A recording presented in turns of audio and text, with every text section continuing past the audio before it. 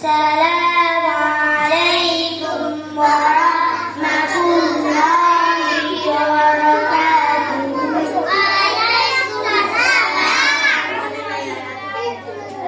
হাজারো ব্যথা বেদনার পরে ফিরে আসনি তুমি আপন ঘরে, দিনের আলো তুমি ছড়িয়ে দিতে চলে গেলেন মদিনায় মক্কা ছেড়ে।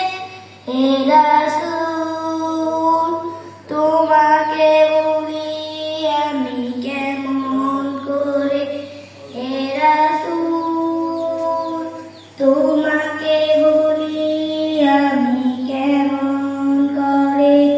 হাজারো ব্যথা বেদনার পরে ফিরে আসনি তুমি আপন